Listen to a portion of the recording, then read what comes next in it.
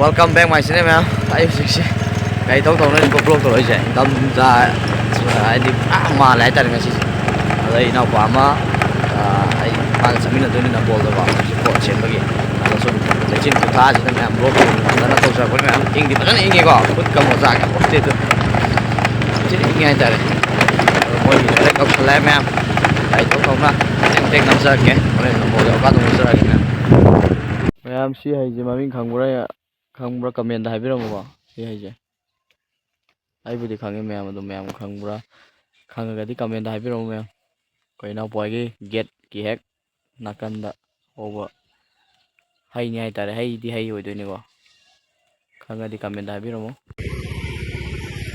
am ai sik le je se ai se na bol da phone semba part kai kra le pore ko display re panel no pore do tang mai face o poi nai tare sak sa de ngai da sak sa mang doi na ai ꯍꯧꯖꯤꯛ ꯁꯦ ꯏꯁꯣꯛ ꯂꯣꯝꯗ ꯂꯥꯛꯄꯅꯤ ꯃꯌꯥꯝ ꯏꯁꯣꯛꯁꯤꯡ ꯁꯤꯗ ꯂꯩꯔꯦꯀꯣ ꯏꯅꯥꯎꯄꯥꯒ ꯉꯥꯛꯄꯅꯤꯀꯣ ꯃꯤꯒ ꯂꯩꯔꯦ ꯌꯥꯝ ꯊꯤꯅ ꯍꯣꯡꯉꯝꯃꯦ ꯍꯥꯏꯇꯥꯔꯦ ꯃꯐꯝꯁꯦ ꯑꯗꯨꯝ ꯐꯖꯔꯝꯃꯦ ꯍꯥꯏꯗꯤ ꯇꯨꯔꯦꯟ ꯏꯁꯤꯡ ꯍꯥꯏꯐꯦꯠ ꯎꯠꯆꯔꯛꯀꯦ ꯃꯌꯥꯝꯀꯣ ꯇꯨꯔꯦꯟꯁꯦ ꯌꯥꯝ ꯃꯌꯥꯝ ꯐꯖꯕꯅꯤ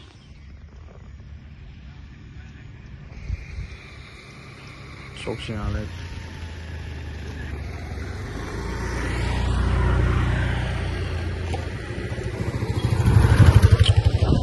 olamne kuye laktaba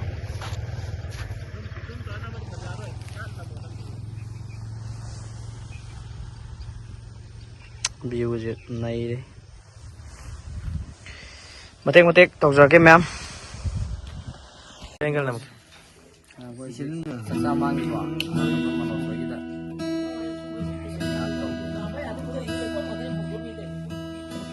second taw nhà tập phấn nha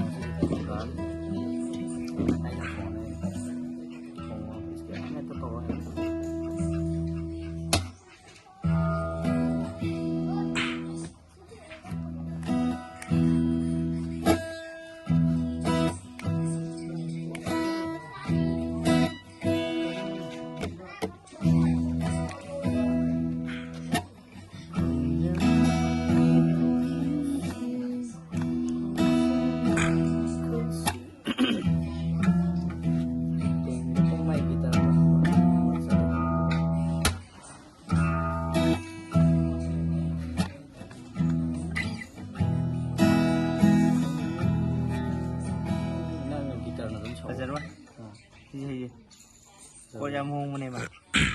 Kita lain ni satu apa? Sana ini tu malu. Kenapa itu?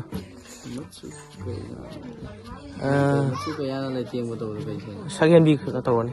Sakian bi di. Sakian bi nang betul. Apa tahu? Atapa. Sila ya mak tak sila. Sila lah sila.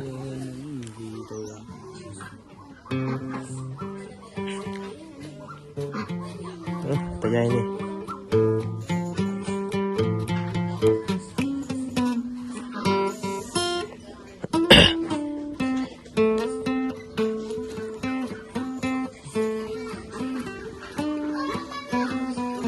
Ya ya.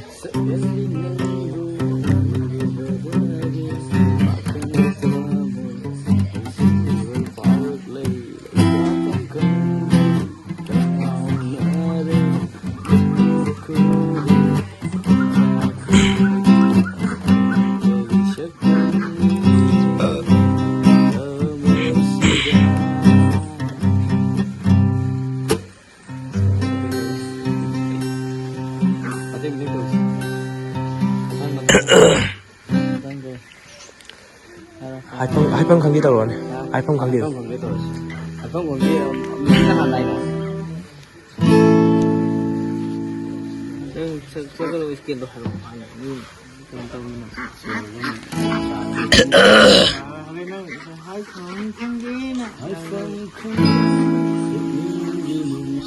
Không được rồi.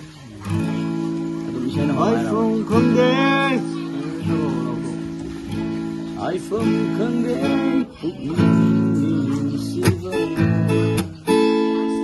Mà phao tốt na, thứ ba sẽ phong được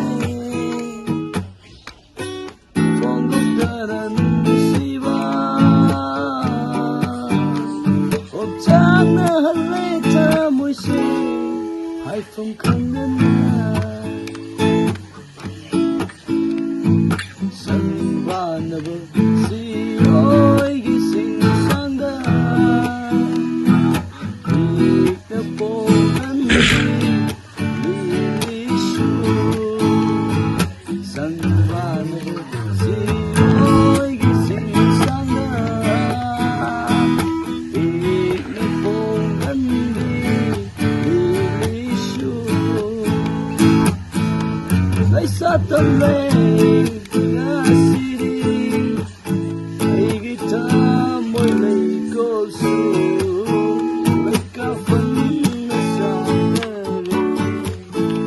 ai kita moy lay ko su leka fan sa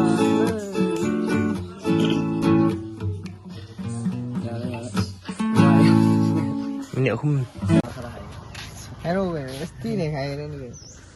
Ma'am, crazy. Handle emergency. Emergency mo. Emergency cái gì vậy?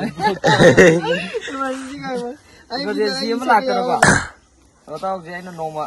Pura kano tawag eh. Dong nami ayaw Pura phang timing dai dar ngasi di kitang thabak se phang na re ko. Aduna ko si haidoni. Taw kano tawro leho ro. Leho ro. Đi ra nó không có.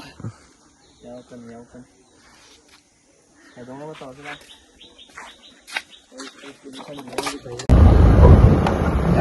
Dạ.